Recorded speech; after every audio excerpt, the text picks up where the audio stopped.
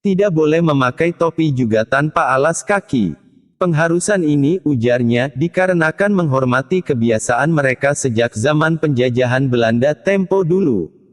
Kebiasaan tersebut terbawa hingga kini, kecuali komunitas turunan yang berada di Gunung Kong. Dia bilang, kaum perempuan pun juga mengenakan busana serba hitam dan memakai celana panjang seperti yang dikenakan Cut Nyadin, pahlawan nasional Aceh, hanya saja celananya serba longgar, begitu juga bajunya. Diakuinya lagi, pakaian mereka dijahit menggunakan tangan dan benangnya yang diolah dari benang nenas. Sementara, kainnya dipesan dari pasar melalui kurir sejak zaman penjajahan dulu. Ia pun mengisahkan, Raja Ubid dulunya tidak mau menyerah atau takluk kepada Belanda, makanya mereka sekeluarga lari ke gunung.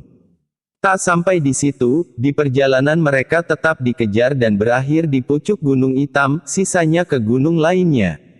Saat dikejar itu, mereka membuang semua alas kaki, sehingga tidak mudah diendus jejaknya.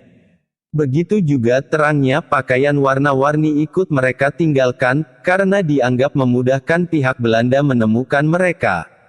Alhasil, hingga kini mengenakan pakaian serba hitam dan tanpa alas kaki, meski ke kota sekalipun. Kecuali komunitas yang berada di Gunung Kong, sudah pakai alas kaki dan juga pakaiannya berwarna-warni.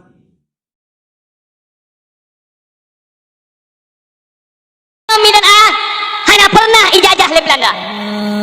Waktu di Belanda, karena itu menjebak Midan A. Kemudian